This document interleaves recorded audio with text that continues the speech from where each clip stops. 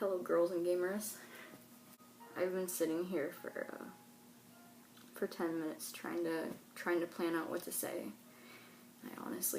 I've given up at this point. I probably should have written a script or something, but you know me. I YOLO things. I live by the YOLO rules.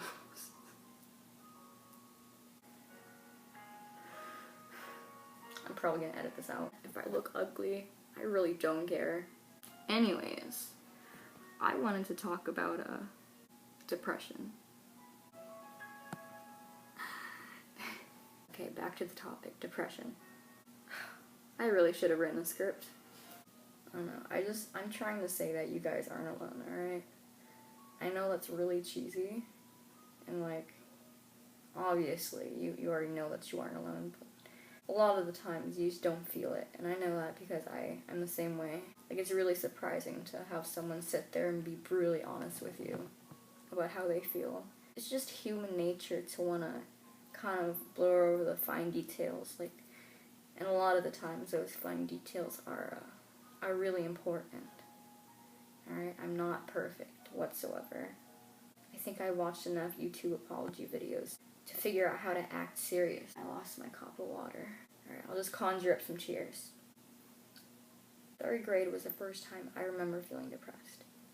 And it was in the morning. I woke up to go to school, and I was getting changed, and I sat on the corner of my bed, and I remember just feeling so empty.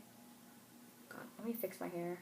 I remember feeling so empty for no absolute reason. Like, of course, there were reasons for me to be sad, but in that moment, I was just kind of sitting on the edge of my bed and staring forward.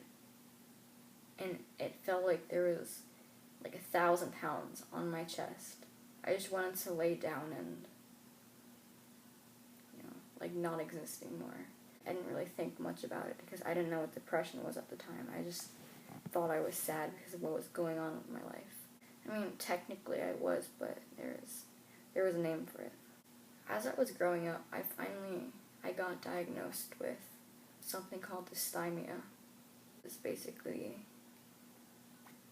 just depression, except chronic, and it's mild enough to the point where I wasn't constantly contemplating suicide, stuff like that, but it was also, it made its presence well known. There would be mornings when I really just wouldn't want to get out of bed, but I would have to anyways, and it was just kind of the most miserable feeling ever, is living a life that you didn't even want. You feel too bad to not live it, because you've just been given so much. I used to be a really, really judgmental middle schooler. Like, in all honesty, I was a jerk. I was one of those girls that, like, made fun of people for faking depression, and I don't know. I was a real butt plug. Alright? I'm not gonna lie. It probably had a lot to do with the underlying, like, emotional issues that I had. But I was a jerk, and that's just basically all. As I got more as I succumbed to my depression, I would just sit in my first block class. It was science, and I would stare at the ground the whole time. I remember I wouldn't care to do any classwork. It just didn't matter to me. I need to sneeze. Okay, I'm good. It just didn't matter. Because you know what? Why would I care to do something that wasn't going to benefit me if I didn't even live to see it? If that makes sense. Like, I didn't care about my grades. I still kind of don't. In all honesty, I had no plan on living past the age of 19. So there really was no point in beating myself up over getting good grades on so-and-so, passing this test, if it was just going to go towards my GPA, which would ultimately help me get into a college, even though I didn't believe I was going to live long enough to get into a college.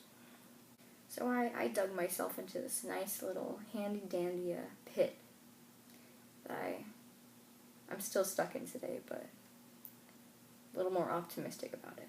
But what I'm trying to say is that, I'm a screwed up person, alright? So are you guys. You do not like hearing that. I don't like hearing that. I don't like anyone telling me that, because it's just, you don't want to believe it. It's fine to be a jerk and admit it. I was a jerk, I'm still a jerk sometimes. The line that defines whether or not you're a jerk, whether or not you just chose to be a jerk, is how you react to your mistakes.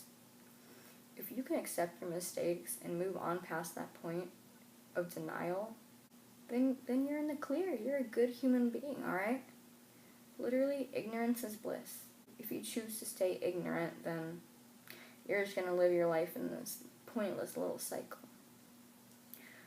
I, for one, I still have terrible manic depression and manic highs and hypomanic episodes. And anyone who has to deal with these, I apologize, because I get pretty weird when they happen. I don't even know what I'm trying to say anymore. It's alright to screw up. It really is. It's alright to do what makes you happy. You're allowed to have your opinion, as long as it doesn't impede on someone else's happiness. You're allowed to be happy, as long as you don't have to sacrifice anyone else's happiness for it. But you have to learn not to put others' feelings above your own basic needs. We're human. We make a lot of mistakes, and a lot of those I wish I could take back. I'm constantly regretting things that I've done in my past, but I realize the only way that I can prevent this from happening again is to learn from them. Like someone told me earlier, those who study history don't repeat it. Just remember that, fellas. Whenever you're feeling down, you're in control. You make your choices in life. Choose what you want to be. Choose what you want to do. Choose what makes you happy. As long as it doesn't impede on anyone else's happiness. Thank you for coming to my TED Talk.